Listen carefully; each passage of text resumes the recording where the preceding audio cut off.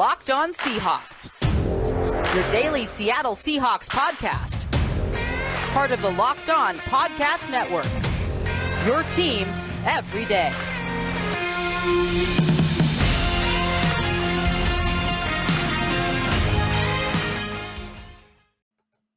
Greetings, 12. This is Corbin Smith, your host for Locked On Seahawks. Glad to have you listening in. A second consecutive victory Monday. First time we've gotten to do that this season. The Seahawks had not won back-to-back games throughout the entire 2020 season. That was one of the reasons they went into this weekend with a 4-8 record, barely clinging to their playoff lives. They've still kept those hopes intact with a second consecutive win. Still 3 games under 500, but just 1 game out of the final wildcard spot in the NFC with 4 games left to play. Of course, a big game coming up now against the Rams in Los Angeles next Sunday. Absolutely got to have that game if the Seahawks have any intention of somehow climbing back into the postseason for a 4th consecutive season and a 9th time in 10 years. Going to be breaking that game down. And of course, like we do every Monday, tackling your questions on our Monday mailbag segment. So let's get to it. Glad to have you listening in as always, and thanks for making Locked On Seahawks your first listen 5 days a week. Now for your lead story here on Locked On Seahawks. The Seahawks improving to 5-8 in the season with their second consecutive victory, beating the Texans 33-13. Kind of a sluggish start. They actually were trailing 7-3 after 1 quarter. Fans were probably thinking, here we go again. It's been that kind of season for the Seahawks, but they were able to right the ship and dominated the last 3 quarters of play. Ended up with a 20-point victory. That being said, the day ended on a somber note for Pete Carroll's team. You never wish injuries on anyone, but there's one particular injury that really fits the word gruesome. And unfortunately, a Seahawks player suffered that injury late in the game. And the player that it happened to, again, you don't wish this on anybody, but Gavin Heslop, second season in the league, former undrafted free agent signee out of Stony Brook, a tiny FCS school. Doesn't have very many players that have made it to the NFL from Stony Brook.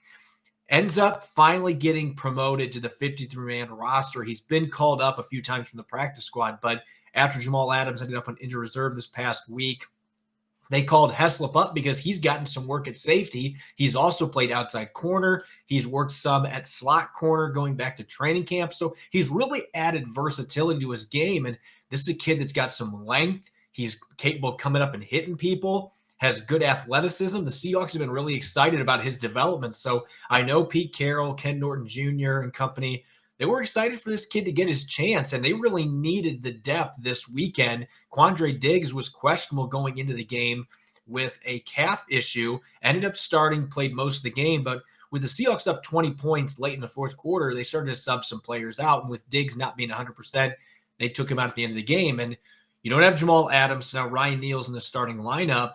Ugo Amadi's the only other player that's got experience playing safety, so they ended up plugging in Heslop in the last possession of the game, and he was going to make a play against Nico Collins, rookie receiver out of Michigan. And when Collins was coming down to the ground, landed on Heslop's left leg. It was one of those you just have to look away from the TV footage when it happens. I don't know how I got through watching it once. It was gruesome to watch, but his left leg just snapped. You could tell instantly that this was a very serious injury by the reaction of the players around him. And it looked like the cart was coming out in the field before he even hit the ground. That's how bad this was. And you could just see all the players for both teams that were huddled up around him and coming up and wishing him well. It was just a really, really ugly scene. And you got to feel bad for this kid because, again, this was his shot. When you're talking about undrafted rookies coming from small schools like that are on the practice squad for a year and a half, and they're just trying to bide their time. You know, this is his chance. This is Gavin Heslop's opportunity to impress. And just a few plays into his drive that he finally gets to play some safety, suffers this brutal injury. So they carted him off the field. He spent last night in a hospital in Houston, had surgery this morning for a broken tibia and a broken fibula. So about as bad as it can get with a broken ankle for Gavin Heslop. Successful surgery. It's going to be a long road to recovery. So all of us here Locked On Seahawks wishing Gavin the best. I've had a chance to speak with him a few times during preseason and training camp. Really well-grounded kid that this is just his opportunity. So you got to feel really bad. And I know my heart was down in my throat after seeing him go down because this was his chance. This was his opportunity. And hopefully he'll be able to make a full recovery from this injury and make it back onto the field for the Seahawks. Still a very young player. If he can make a full recovery, maybe next year he can play his way onto the 53-man roster coming out of training camp. He was pretty close this time around and didn't quite work out, but did really well in the practice squad. Has shown a lot of improvement. So that was a difficult injury to watch. Two other injuries that happened in the game. Brian Monet, one of Seattle's key defensive tackles, he was dealing with a knee issue throughout the week, but ended up playing in this game, injured his other knee in the second quarter when they were defending the goal line. Carroll said that it's a PCL sprain, so it could have been worse. We could have been talking ACL, could have been a full tear. But they don't know if he's going to be available this weekend against the Rams or not. They're going to be playing this out day by day to see how he recovers. But he had to be carted off the sideline after gingerly walking off the field, and it didn't look good after the game. It didn't sound good either because Carroll didn't have much to offer other than saying it's a knee sprain. But luckily, it looks like he's avoided significant injury. Maybe they can get him back on Sunday. Maybe he's only out 1 week and he can return in week 16. But they're going to need him because they don't have a lot of depth at defensive tackle, particularly at the nose tackle position. Another position that doesn't have much depth, especially with Heslop being a corner first before being a safety. The Seahawks don't have much depth at the cornerback position. And another scary injury that happened late in the fourth quarter, DJ Reed colliding with Texans tight end Brevin Jordan out in the middle of the field, and he was down writhing in pain. It looked like it was a significant injury, suffered a chest contusion. Carroll said it looks like he's going to be okay, though. So it sounds like he should be able to play on Sunday, barring any setbacks. Should be ready for the Rams. They're going to need him going against Cooper Kupp and Odell Beckham Jr. and company. Rams just beating the Cardinals on Monday Night Football. So they're going to be coming in on a high note here, going up against their division rivals, still thinking they got a shot to win the NFC West division. So a lot at stake for both of these teams. The Seahawks luckily will have DJ Reed. They're hoping to have Brian Monet. Not any other injuries. So, yes, the Heslop one stinks. It was a significant one, and heart just aches for the kid. But Seahawks luckily got out of the game without any other significant injuries. Look like they're going to keep players out for a long time. So they should be fairly close to full strength going up against the Rams on Sunday. Going to get to your questions here in a moment. Does this sound familiar? You've got one device that lets you catch the game live, another lets you stream your favorite shows, you're watching sports highlights on your phone, and you got your neighbor's best friend's login for the good stuff. Well, I want to tell you about a simple way to get all the entertainment that you love without the hassle, and a great way to finally get your TV together. It's called DirectTV Stream, and it brings your live TV and on-demand favorites together like never before, so you can watch your favorite sports, movies, and shows all in one place. That means no more juggling remotes, no need to buy another device ever again, and the best part, there's no annual contract. So get rid of the clutter and the confusion and get your TV together with DirectTV Stream. You can learn more at directtv.com. That's directtv.com. Okay, as we do each and every Monday here on the Locked On Seahawks podcast, I get your questions before the show, answer as many as I can. So let's get to it. First one coming from Seattle Zombie tweets, who is a sleeper AFC and NFC team that has a chance to make it to the playoffs and win a playoff game this year? So I actually had to put a lot more thought into this than I usually do because this, we talk about parity in the NFL a lot, but this year is crazy, especially in the NFC where you've got a number of teams like the Seahawks, for example. They're 5-8, but they are one game out of a playoff spot. That is unheard of. And in the AFC, you might have a team with 10 or 11 wins that doesn't make the playoffs. It's just been one of those really unbalanced seasons where the AFC has been significantly better. You can make an argument that the top teams in the NFC might be the best in the league, but the AFC is a much deeper conference this year. And so that made it a little bit tough. And it's one of those years where it's tough to tell if there really is a legitimate top dog that's the favorite to win the Super Bowl. I thought for a while maybe the Chargers were a team that might be sneaking up and be able to do that, but they've lost some games they shouldn't have. Still a young team with a second-year quarterback. So as far as surprise teams go, I'm actually going to stay in the AFC West, but I'm going to go with the Denver Broncos, and they're coming off a win over the Lions. They're 7-6. You look at the schedule, they've got some tough games coming up. So getting into the playoffs, they're going to have a tough time getting to the postseason in general. But if they can, this is a team that can run the football. They've got Melvin Gordon, Javonte Williams, the rookie out of North Carolina, a 1-2 punch. The offensive line's gotten better. They just got Garrett Bowles back from injured reserve a few weeks ago, one of the better tackles in the AFC. So that's going to just make their run game that much better.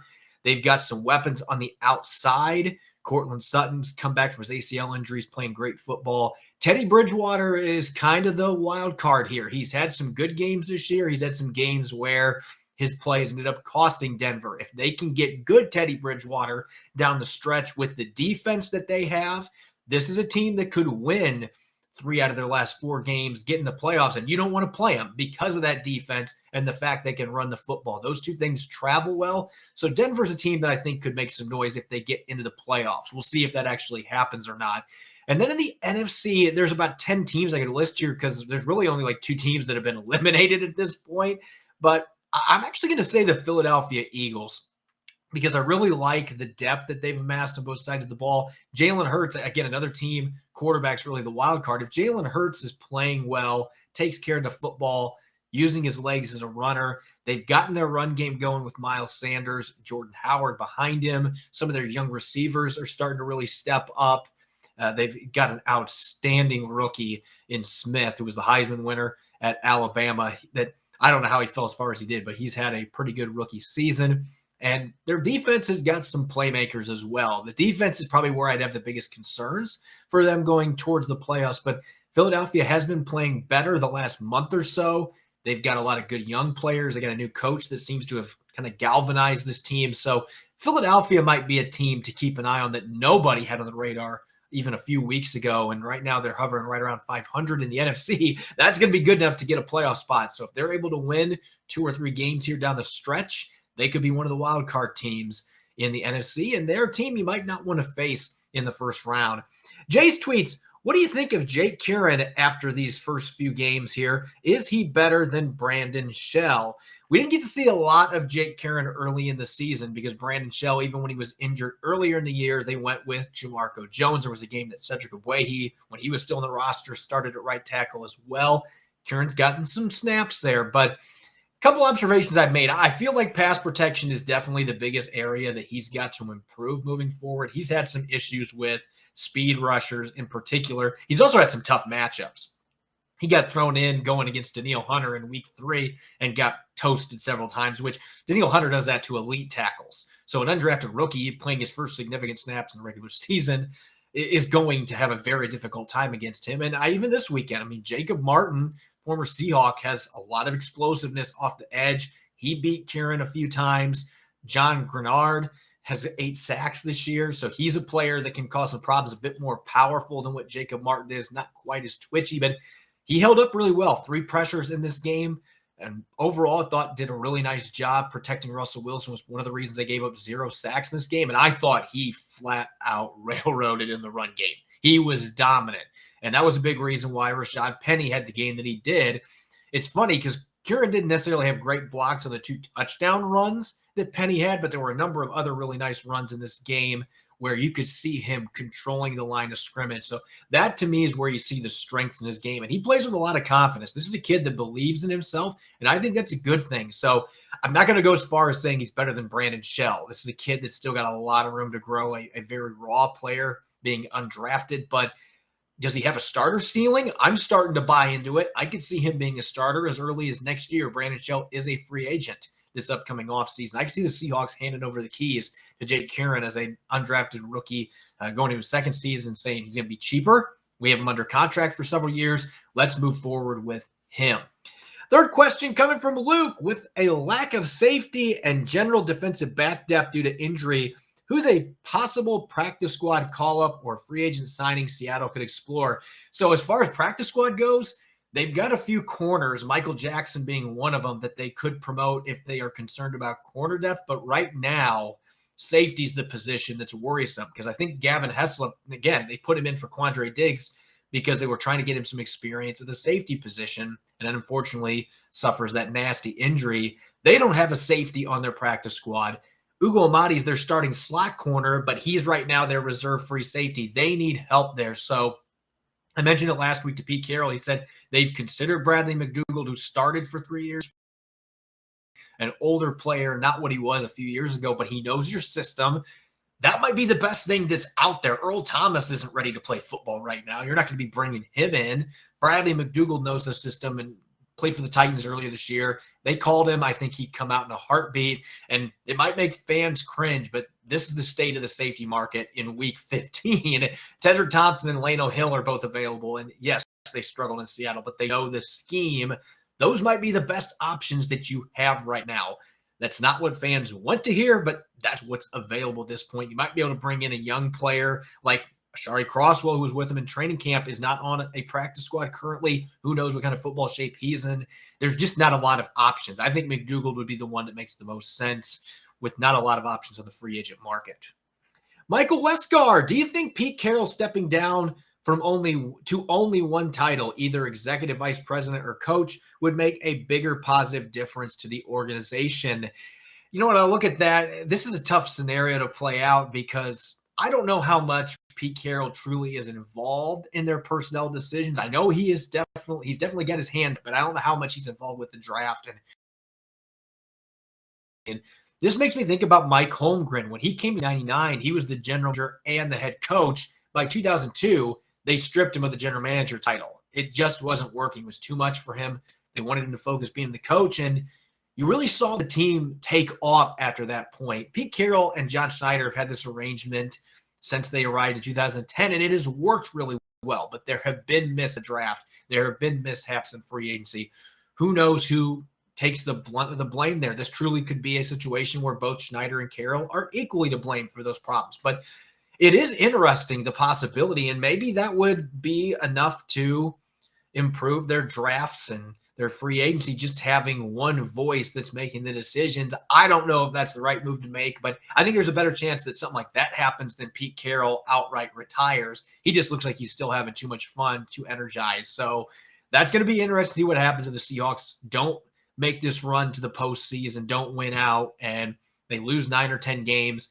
That's going to be one of the big storylines, what happens with Carroll. But I don't know that him stepping down from a job title is necessarily going to change things because they've had a lot of success with their current arrangement.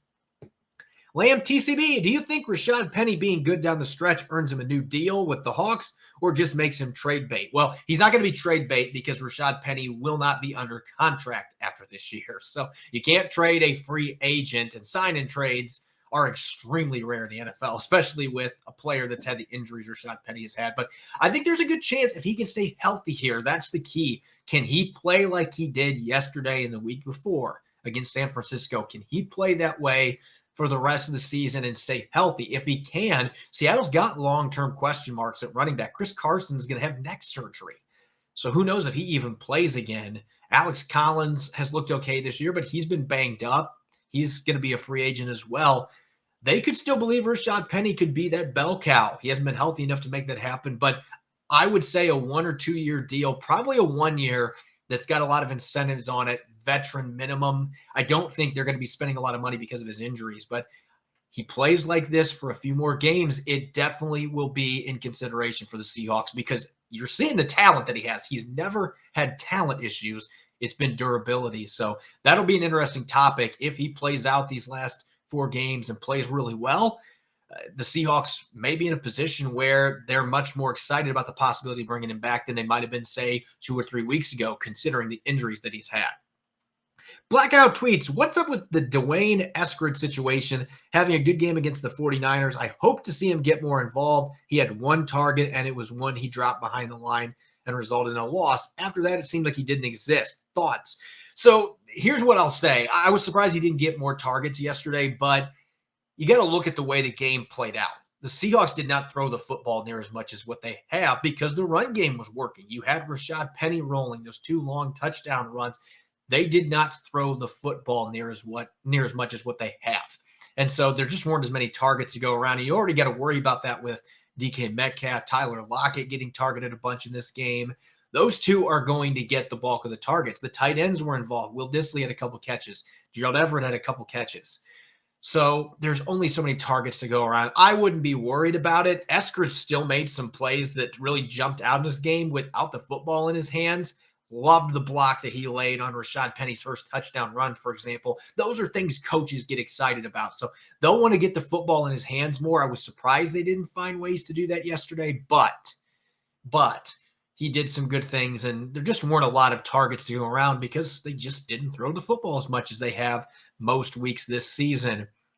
Orbit Reverse, last question here. What do you think it's going to cost to re-sign Quandre Diggs? Well, they asked me this before the season. In fact, I think I talked about this several times before the regular season started when there was talk about whether or not he was going to get extended. I was saying $12 million. Right now, I think to re-sign Quandre Diggs, you're going to need to fork up $14 million per year minimum, because you look at the players that are getting paid that. Landon Collins right now for Washington, he's really a big linebacker at this point.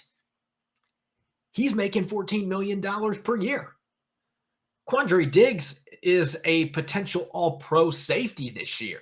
Didn't think yesterday was his best game. Not 100%. Didn't get tested really, but he's had a fantastic year. 4 interceptions. He was really good last year, made the Pro Bowl. The lift he gave Seattle after they traded for him in 2019, how he played down the stretch. He has been a dynamic player for them. He's only 28. I think that he is going to be coveted on the free agent market. So if Seattle wants to keep him, best bet is to pay him before free agency starts. And I think you're going to have to pay significantly more than you would have if you tried to extend him before this season, because he just made himself money week in, week out in 2021. So I'm saying $14 million per year minimum. Would I consider doing it? Absolutely. Is that a lot of money at safety? Absolutely. But this is a position that's important to Seattle's defense, and they need Quandre Diggs. He's been invaluable for this defense since they traded for him. So get it done. But I think it's going to cost a pretty penny to be able to extend him. Going to continue talking about yesterday's game. Seahawks beating the Texans by 20 points at NRG Stadium. You guys hear about it all the time. Absolutely love Built Bar. Have them before all of my workouts. A ton of delicious flavors. This holiday season, make sure to grab the protein bar that tastes like a candy bar, filled with so much holiday goodness, rich with decadent flavor, covered in chocolate, amazingly low in calories, sugar, net carbs, and fat, high in protein as well. You get the best of both worlds. It's delicious and healthy. Tons of great flavors. Double chocolate, cookies and cream, peanut butter brownie, my personal favorite. Built Bar gives you that extra fuel you need to bust down those mall doors this holiday season and battle all the holiday shoppers. Or if you're standing in endless shopping lines, Built Bar can give you that extra something to keep you going. So throw one in your jacket or purse. You never know when you're going to need it. Because it's the season of peace and love, don't forget to bring your favorite Built Bar flavor to family parties. People are so passionate about their favorite flavor, they'll fight for it, and things could get out of hand. Want to cozy up with something warm? Here's a holiday secret. Dip your Built Bar into a piping hot cup of cocoa, let it melt a little, and give your beverage a bit of that Built Bar flavor. Plus, you'll have a nice melty Built Bar to go with it. Be sure to have a couple napkins on hand. Go to Built.com and use the promo code LOCK15, and you'll get 15% off your order. That's Built.com and the promo code LOCKed15. BetOnline has you covered all season with more props, odds, and lines than ever before as football season continues to march towards the playoffs. BetOnline remains your number one spot for all the sports action this season. Head to our new updated desktop or mobile website to sign up today and receive your 50% welcome bonus on your first deposit. That's the promo code LOCKEDON to receive your bonus. From basketball, football, NHL, boxing, UFC, right to your favorite Vegas casino games. Don't wait to take advantage of all the amazing offers available for the 2021 season. BetOnline is the fastest and easiest way to bet on all your favorite sports. BetOnline, where the game starts. The Seahawks winning their second consecutive game for the first time this season, beating the Texans 33-13 in Houston. A game that didn't necessarily start the way the Seahawks fans hoped it would. Obviously, going into this game, the Texans were 2-10. They had the worst offense in the NFL 6 different times where they had scored 9 or fewer points, and then they marched right down the field on their first drive. Davis Mills throws a touchdown to tight end Brevin Jordan, rookie to rookie, and the Seahawks are on their heels. They were losing 7-3 at the end of the first quarter. Davis Mills completed each of his first 14 pass attempts. So basically the Seahawks, they continue to have their issues with backup quarterbacks. Everybody saw what Colt McCoy did a few weeks ago for the Cardinals, throwing for 328 yards. Davis Mills threw for over 300 yards. But after that red-hot start, completing his first 14 passes, he went 6 for his next 16. So the defense was really able to turn things around in the second half. Second week in a row that the defense pitches a shutout in the second half. Granted, against an offense that has not many weapons, a struggling offensive line, an unproven rookie quarterback. But still, they held him to 0 points in the second half, were able to pull away in the fourth quarter. So they got the job done. Not necessarily as comfortable as a win as some people were hoping. Maybe the scoreboard suggests it was, but this really was a tight game until the fourth quarter, and the Texans were hanging tough. The Seahawks found a way late to pull away. But looking at the offense side of the football, I got to start with number 20. Who is this number 20 character? Rashaad Penny, coming off a solid game, not a great game, but a solid game against the 49ers the week before, where he had 35 rushing yards, had a 27-yard reception on a screen, made some nice blocks and pass protection. But talk about a career day. Now, going against the number 32 ranked run defense certainly helps, but you could see the explosiveness, the burst, that third and fourth gear that Rashaad Penny has that no other running backs in Seattle's roster have. We saw that 2 years ago. It had been 740 days since Rashaad Penny last scored a touchdown.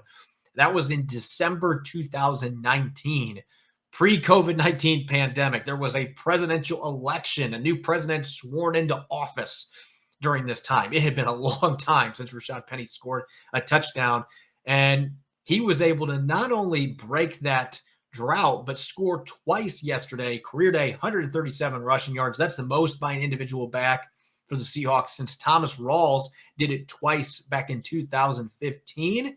And Penny also became just the second running back in Seahawks history to have 2 30-plus yard touchdown runs in the same game. Breaking those runs down, the first one was really exciting because you got to see D. Eskridge with the wham block going across the formation, and then Penny rocketed inside that block and then stiff-armed Justin Reed, the safety for the Texans, stiff-armed to the ground and then takes off. He's gone. And then the second one was maybe even more improbable with the Seahawks up 27-13, looking to ice the game.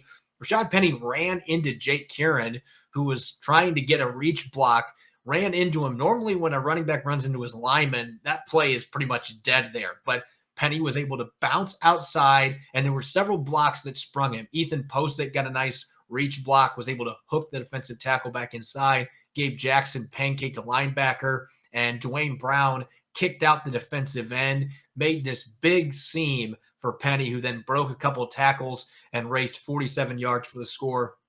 Fantastic effort for him. According to True Media, he averaged more than 7 yards after contact per carry. So that's an exciting development because really that's been a knock in his game, the ability to break tackles and create after contact. But that was a strength for him yesterday. And he said after the game, that's something that he's really working on. So he was the big X factor for the offense. He was the superstar for the offense yesterday. But I think Tyler Lockett was a close second, and we're used to Tyler Lockett doing big things on the field. Rashaad Penny's been hurt so much, we just haven't gotten to see his first-round caliber talent very much. When he's played, he's been good, but Tyler Lockett, beacon of consistency, reliability, and he made some history of his own yesterday, joining Hall of Famer Steve Largent as just the second receiver in Seahawks history with 3 consecutive 1,000-yard seasons.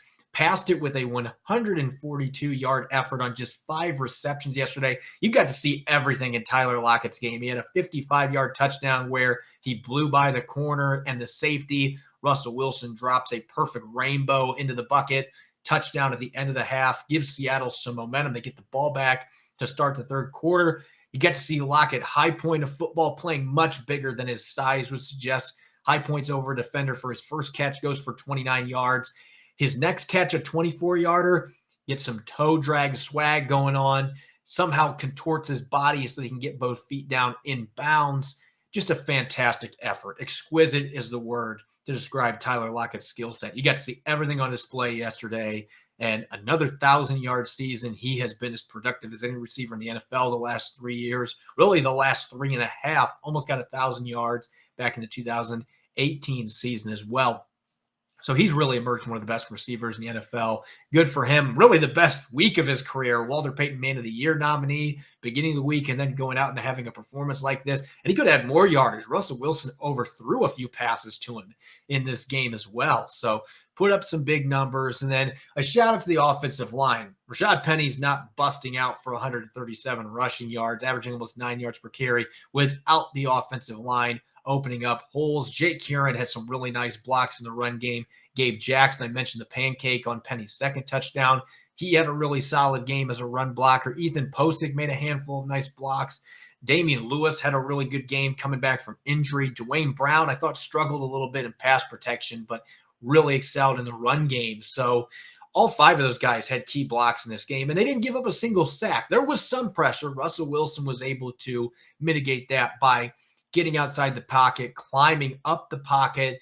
He was able to move around some and make it that those pressures didn't get home. Just one quarterback hit all day long for the Texans. So give the offensive line a lot of credit, especially with an undrafted rookie starting at right tackle and Jake Kieran. This group did a fantastic job. As far as the defensive side of the football goes, as I mentioned, you start off 14 for 14 for Davis Mills. That is not what the Seahawks wanted to do going in this game. They did not want to make life that easy for a third-round pick that has only started 6 games going into this one. But they did. They made it simple for him. Didn't really make any major adjustments on defense. As Bobby Wagner said, they just executed a lot better. And you could see that after they gave up that first touchdown drive, they had one of their field goal drive they gave up. You could see that the defense started to put things together, and they got some big stops. And Mills went 6 for his next 16. So the pass defense really tightened things up. Run defense was great all afternoon, 2.5 yards per carry for the Texans. They had 7 tackles for loss. Al Woods, what a game and what a season he's had. Didn't play at all last year, sat out due to COVID. He's 34 years old.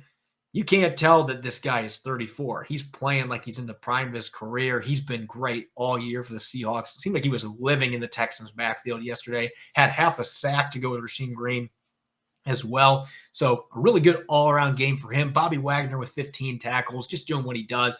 Everybody's so used to him getting double-digit tackles that I think that people just kind of get in a little bit of a position of complacency where you really just get so used to that greatness that you don't really appreciate it as much as you should. But really good game for Bobby Wagner. Did give up some receptions early in the game, but I thought his coverage was better in the second half. So really the run defense has been great for almost 2 months. They have been dominant. You saw them shut down the 49ers the week before, a really good rushing attack. Texans not known for running the ball. They've really struggled, but still, to hold them to 63 rushing yards, 2.5 yards per carry, a bunch of tackles in the backfield, a big day for Seattle's run defense. I thought the secondary played pretty well again. Sidney Jones, another good game. DJ Reed, another good game. They're going to be tested this next week against the Rams. The one thing that still is jumping out to me, though, that's worrisome, especially when you're getting ready to play a much, much better team in the Rams this next weekend, the pass rush just hasn't been there consistently enough. You did see Darrell Taylor get to the quarterback a couple times yesterday. His second sack was wiped out by a holding penalty in the secondary. He did get to keep 1 sack, so he was getting after Davis Mills. I thought he had a good game. Got to see a little bit of pressure in the interior from Poona Ford and Al Woods, but other than that, they really had a hard time getting to Davis Mills. And that's one of the reasons that he was so accurate early in the game. He was just sitting back there, no pressure whatsoever, extremely comfortable in the pocket. Even a rookie quarterback, that's a perfect scenario for a rookie quarterback. And that's why he was peppering him with that short to intermediate passing game. They just haven't been able to get the pass rush going. And as well as the secondary's playing, if you could just have a more consistent threat with your front four getting after the quarterback, just how much better this defense would be than it already has been as of late. They just haven't been able to put it together, and getting late enough in the season now, got to wonder if they've got the horses to be able to do it. So that would be my one concern. You're playing a line that was missing Laramie Tunsil. They had some other guys banged up front. They've got a number of players that have struggled in pass protection this year, and yet it really felt like most of the game that Davis Mills was in control in the pocket and didn't have a lot of pressure on him. Second half, they got a little bit more, but that would be the one thing that jumps out to me coming out of this game, and it's really been a problem all season for them. The Seahawks still have to try to get figured out. If you can't get pressure on Matt Stafford this next weekend with your front four, you have to rely on blitzing, especially without Jamal Adams. With the receivers they've got, it's going to potentially get out of hand quickly. So they have got to find a way to manufacture a more consistent pass rush here in these last 4 games. If they really want to go 4-0 down the stretch and get to 9-8, maybe get a playoff spot, they need those guys up front to come alive and get after the quarterback. As always, thanks for making Locked On Seahawks your first listen every day. Now make your second listen Locked On Bets, your daily one-stop shop for all your gambling needs. Locked On Bets is hosted by your boy Q with expert analysis and insight from Lee Sterling. You can follow me on Twitter at Corbin Smith NFL. Make sure to check out Locked On Seahawks on Apple Podcasts, Google Podcasts, Stitcher, and the all-new Odyssey app. That's AUDACY. Coming up on our Tuesday episode, I'll be rejoined by my co-host Rob Rang. It's Tell the Truth Tuesday. We'll break down a little bit more in depth some of the things we saw in Sunday's victory over the Texans. And we're going to take a look at the Rams heading into their second matchup between the NFC West rivals coming up on Sunday. And take a look at how the Rams have been playing as of late, including their victory over the Cardinals on Monday Night Football. You won't want to miss it. As always, thanks for listening in. Enjoy the rest of your Monday. Go Hawks.